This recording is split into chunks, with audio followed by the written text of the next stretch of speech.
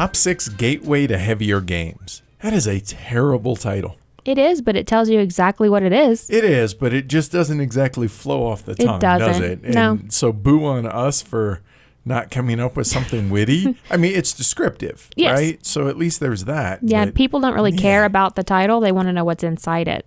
So they can start yelling at us and telling us that we're wrong. How wrong we are. Yeah, and I fully expect that there's going to be plenty of that with this. This should be especially mine. I don't know. I think both of ours, to be honest. And so full disclosure, about 2 minutes before we started recording is actually when we swapped what is on whose list. Mm-hmm. So we don't have like any thoughts written down for the other side's list, but it should be fun, I think. This should be, plus there should be some amount of surprise in this, I think, right?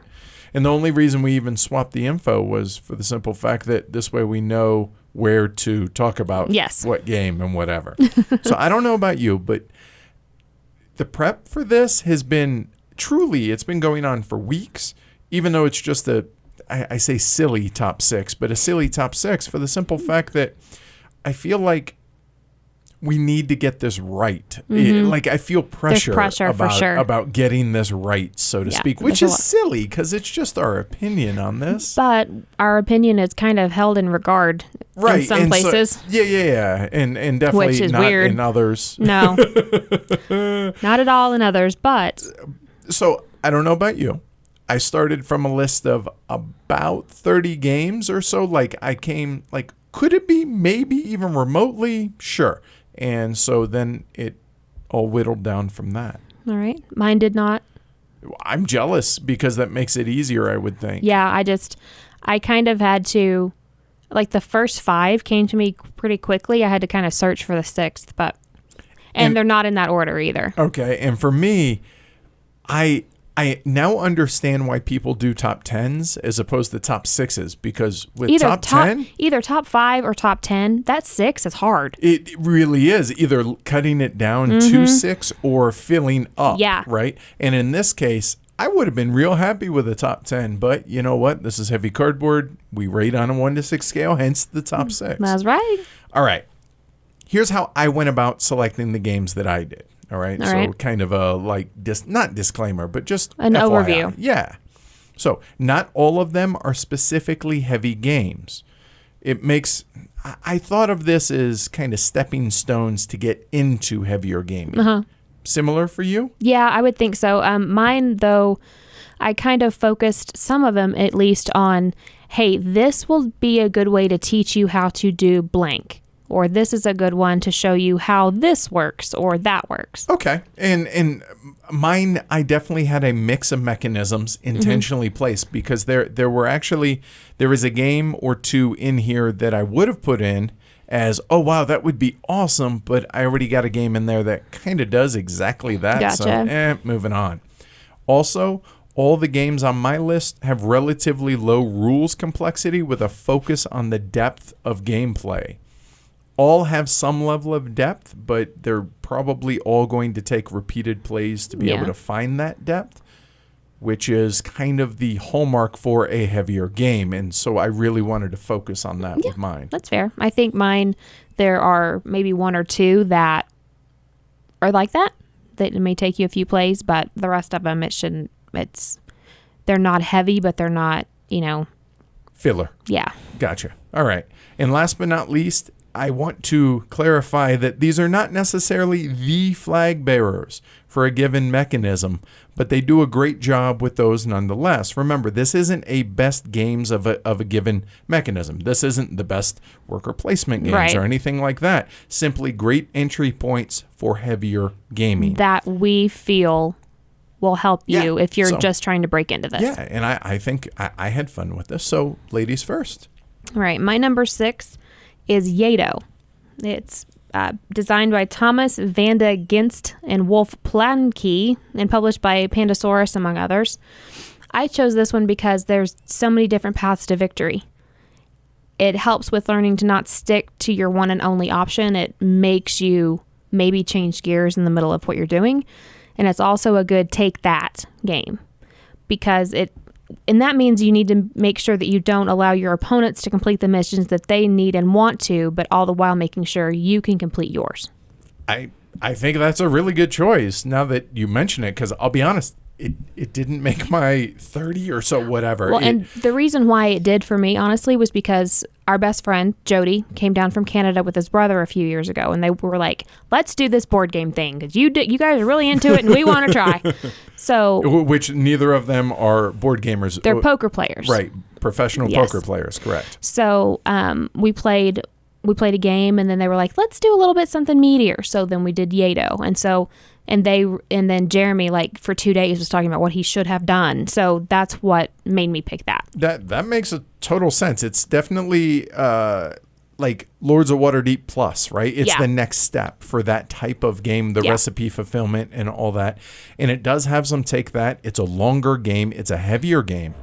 Good call. Thank you. Yeah, definitely. So number 6 for you? Yato. All right, my number 6, Forged in Steel, designed by Wade Broadhead and published by Nightworks. It's about the founding of Pueblo, Colorado, so kind of partial to it a little bit in that respect, right? But it's also a great mix of a CDG or a card-driven game. It has some area majority. It has an action point allowance system, all of which are used in bigger brother games. So a fair bit of take that, just like your number 6. Yeah. And it has tons of player interaction. And a lot of heavier games are going to have more and more player interaction as players compete against one another, with the game trying to, in a lot of cases, get out of the way and simply giving players a boundary from which to fight it out, so to speak. So you look at Twilight Struggle, Washington's War, 1960, The Making of the President, and a whole bunch of others, CDGs, right? Card-driven war, or a lot of times it's card-driven war games. Yeah. But in this case, card-driven games in general. All of those have kind of a similar feel in a lot of ways to Forged in Steel, but I felt that for an entry point, I thought Forged in Steel was a really, really good choice.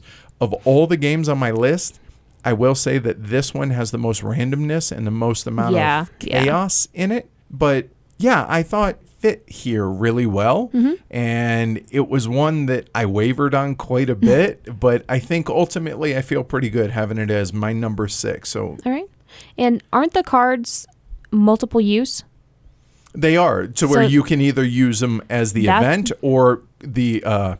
like the action points or whatever? Yeah. Basically the command value, which is what it is in most war games. Right. Here, I think it's municipal muscle. That's it. So, yeah, you learn to okay, the event's awesome, but I really need these points to be the action point teaches you selection. to weigh those things. Yeah. And I think it does a really good job of that. Definitely. So, my number 6, Forged in Steel. So, we'll just snake draft it, kind of, right? So, my number 5, I almost didn't put on here because it's a shorter game, but I don't feel like that should necessarily be detrimental. Not at all. And so my number 5 is Chicago Express, or originally Wabash Cannonball, designed by Harry Wu and published by Winsome Games as Wabash Cannonball, and published it by Queen Games as Chicago Express. Simple rules. Tremendous amount of depth, though. Arguably the most opaque game that's on this list. It's going to require repeated plays to even really grasp that there is depth there, because on the surface it looks like just a stupid simple game, and then as you get deeper and deeper into this game, you understand the layers that this game is going to offer. It's a great intro for shared incentives and share valuation, which take an 18xx. This is an awesome stepping stone onto that. I read it described, this was awesome, as having, quote, parasitic and mutualistic player interaction. Parasitic, wow. Right, because you're leeching off of one another and being able to hurt the host. Because if somebody is invested in a company, and you also invest in that, you're taking money away from them. You're lowering their dividends That's that true. they're getting, right? So I really dug that. When I read that, I was like, yeah, that's a really, really good description of that. Zero luck, zero randomness, and the epitome of what I described the above game, giving the players a space in which to directly fight it out and see who can win. Mm-hmm. And so, yeah, I thought Chicago Express, even though with reasonably experienced players, you're looking at a 45-minute game. Yeah. I thought this deserves a spot on this list. It's a good one. And it's widely available, so there's that. That's always good. It's always on Amazon. Right? So, yeah. I don't really have anything to add. Okay. All right. So my number 5, Chicago Express. And my number 5 is later in your top 6. All right. So go on to number 4, ma'am. My number 4 is Puerto Rico by Andreas Seyfarth, published by Aaliyah, among, everyone else. Right. This game is great because there's no like extraordinarily excruciatingly difficult decisions to make. There's not too many decisions every turn, but it's also a step up in learning to plan ahead for a goal. Like, that at the end of the game, you want to have all of your plantations full or whatever. That, so you need to start planning from the very beginning all the way through. And there's also an app for the game, so that might help you get a leg up. Okay, fair point. And Puerto Rico's a classic for a reason, right? Exactly. It's a beautiful game. You can play it with brand new people, or you can play it with people that have played it 400 times, as long as they don't tell you what to do. I was just going to say, it does suffer from that. But again, if you're coming into this as, oh, hey, I normally play lighter games, there's no reason.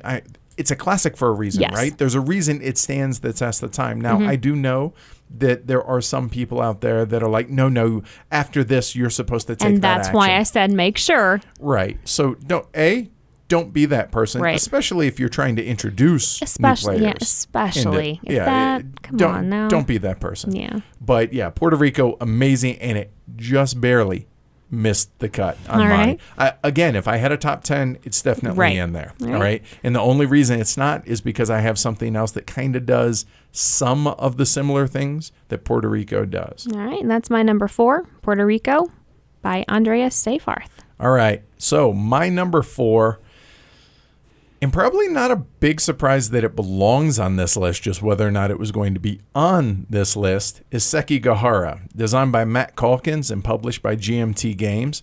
Awesome intro into war games, and specifically block war games. Relatively simple to learn, oodles of depth. I mean, you and I still have plenty of learning to do on this game. Has diceless combat, so you're playing cards, which if you're coming from, say, a Euro background, it's going to feel Euro-y in that respect. It has an awesome aesthetic, and the card and gameplay melds really well with the theme. And it just looks awesome on the table. It does. It really does. And again, the card play is mechanically simple, but the depth of the card play, we're still learning, what all there is in Sekigahara. It was amazing to see this game getting played at really, really high levels at WBC. Yes. And even with newer players playing at WBC, watching just the camaraderie come together around the game, like it wasn't all about just beating somebody down. No, it was literally spending the entire day playing Sekigahara over and over and over and over if you advance. With the designer and just having a good time. Yeah. And that just kind of exemplifies, like, this is an awesome gateway into that. So if either Japanese history interests you, or wargaming might interest you, or you're curious about how diceless combat, or if you're curious about a block war game, you go. There's many things that there's many boxes that this can check off. Exactly. So my number 4, Sekigahara, which then leads us, I guess, to my number 3. We're snaking. So yeah, that's my number 3. I had to find a way to put a splatter on here, didn't I? Yeah.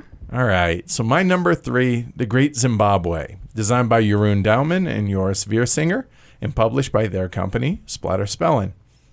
Unique blend of pick up and deliver, auctions, route building, and variable player powers. It has the lowest rules overhead of any of the big Splatter games. Any big 6, yeah. Set your own victory point goal with the player powers that the player selects. In a sense, it treats victory points kind of as a type of currency. The more powerful special abilities that you get, then the harder it's harder going it is to be to win Yep. because your victory point tracker actually gets pushed further away. So, I get this really awesome, craftsman or this really awesome god, and it moves my victory point marker 4 more points. So now you only need, say, 22, and I need 26, something like that. And I think I don't know of many other games that do that. I think that's really an exciting mechanism within the game. The turn order is distribution of wealth, which, again, that isn't seen in a whole lot of places. And the game is more about limiting what your opponents can do and exploiting your opponent's actions rather than necessarily always maximizing your own actions. And I feel like that's a real hard concept, or a very different concept than a lot of the engine builders that a lot of Euro players are familiar with. The fact that, okay, this isn't the best move for me, but it's the best move for me in a sense that it limits the other players at the table.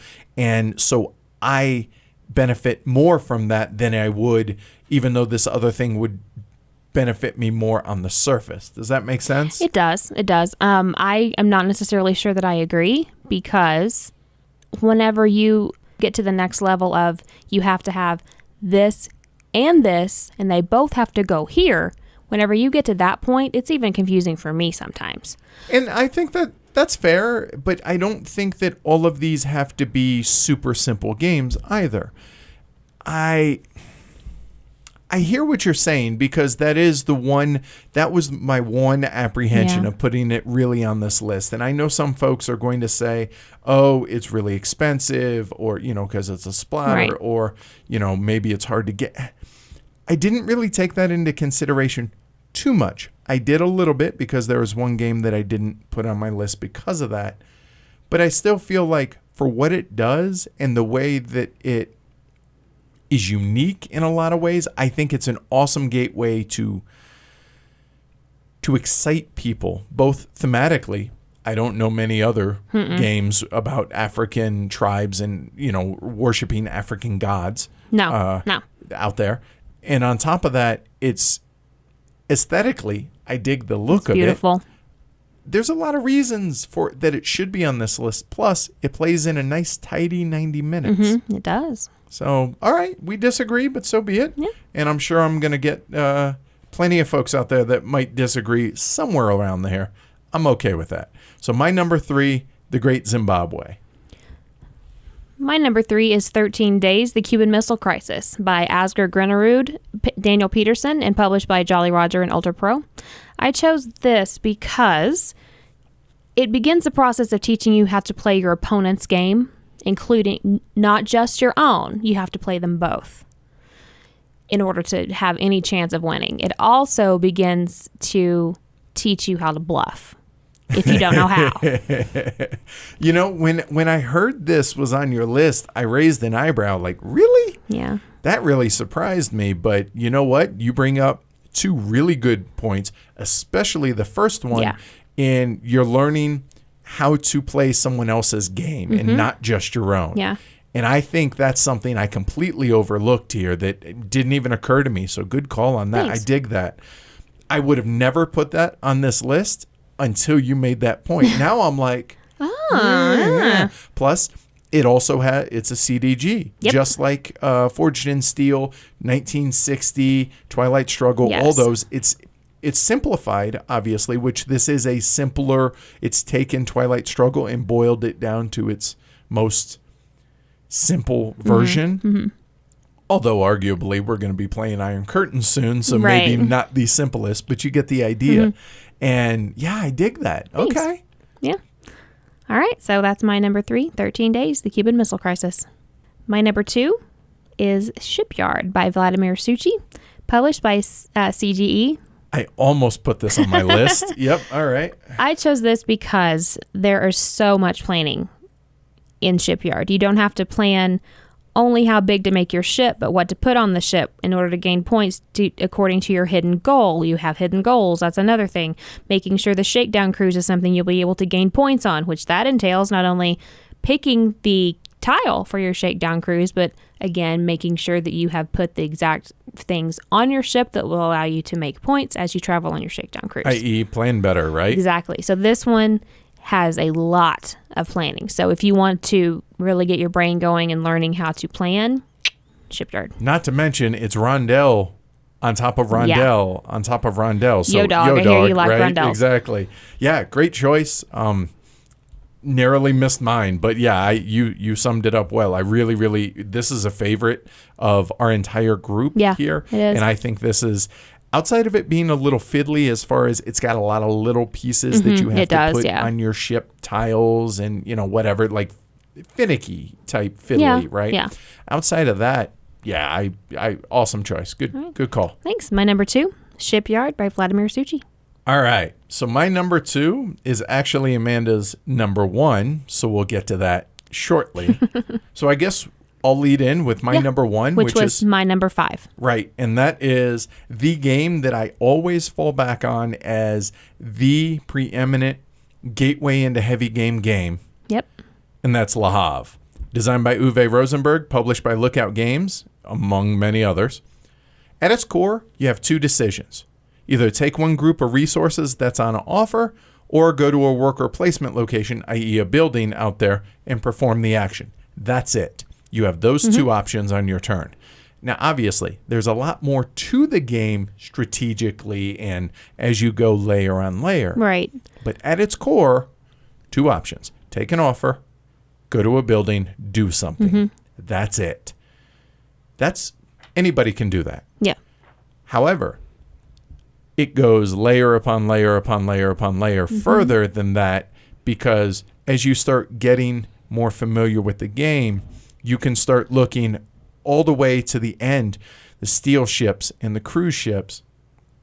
I need to plan for those. Okay, I need steel. How do I get steel? So you start working backwards. Plus, the way the random order before the game starts of the different buildings that are out there, you can have an idea of a plan coming in, but you have to adjust based on the order of that. Plus, you never know whatever special buildings that are going to come out. And the game plays well, very well. It plays solo. It plays 2 up to 5. A lot of people swear it off at 5 as it takes too long. But that said, I think it's absolutely perfect to be the number 1 game on this list because of the fact that 2 options on your turn. But how many layers deep do you want to go? That's up to you as you delve down into it. Right. And yes, there's 2 decisions and neither one of them are bad.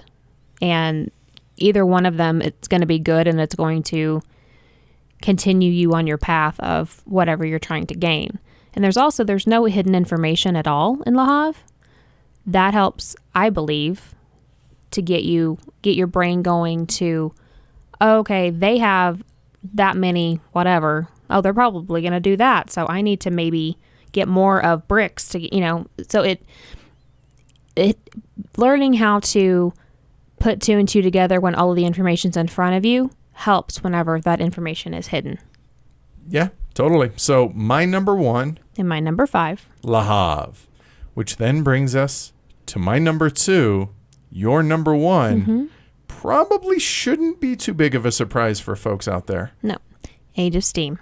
Designed by John Borer. Or designed by Martin Wallace, developed by John Borer. There you go. And published by Winsome Games originally, and then Eagle Griffin Games. And maps by various people. And then some. Age of Steam, how I love thee. There are so many maps, and there are so many ways to play this game that it can be an entry to heavy game all the way to brain melting. And I feel that the original Rust Belt map is perfect for an entry-level game and a one to start to build your heavy game brain up. Then whenever you're ready to brain melt, go on and try Amazon Rainforest and come back and tell me how you liked it. Now, this does share a lot of the same mechanisms as the Great Zimbabwe. However, the way it implements a lot of those similar mechanisms, it's completely different. It's apples and giraffes, right? Yeah. I mean, totally different. And Age of Steam is, like you alluded to with so many maps, it's more or less a system than it is a game in and of itself. And as you said, there's the Rust Belt map, which is fantastic at 4 and 5 players. But there are over 100, I think at last count, over 160 maps available to explore. Now, some are harder to get than others, some are print and plays, etc., etc.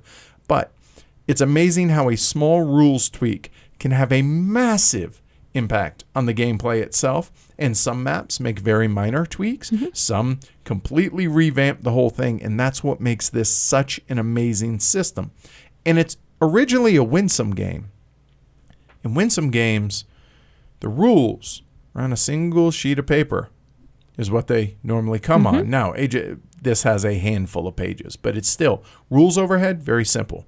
But you have route building, you have auctions, you have pick up and deliver. It's an amazing system.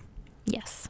The one warning that I want to give everybody that says, okay, hey, now I want to go and try Age of Steam, the most important thing, matching the number of players that you have to the correct map. Yes. We did not have that happen our first handful of games. And if you go back and listen to early episodes on the show, you will hear that nobody, not me, not you, not Tony, enjoyed Age of Steam.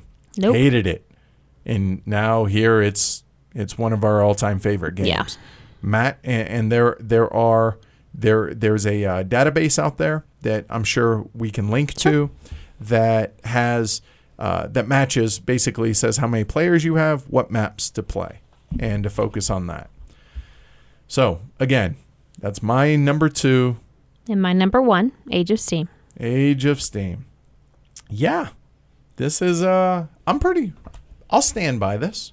Yeah. I'm pretty proud of that. Yeah, I'm proud of it too. So I think cool. we did a good job. So now I'm curious to hear what would be y'all's top 6 entries into heavier gaming. So email us, tweet at us, post it in the guild, post it in Slack, hit us up on the website, whatever. Right. You know how to get a hold of us. That's right. Cool. I think, yeah, good job. You too. Good job on the list. That's pretty cool. All right. We'll catch y'all later. All right. Bye, everybody. Thanks, y'all. Bye.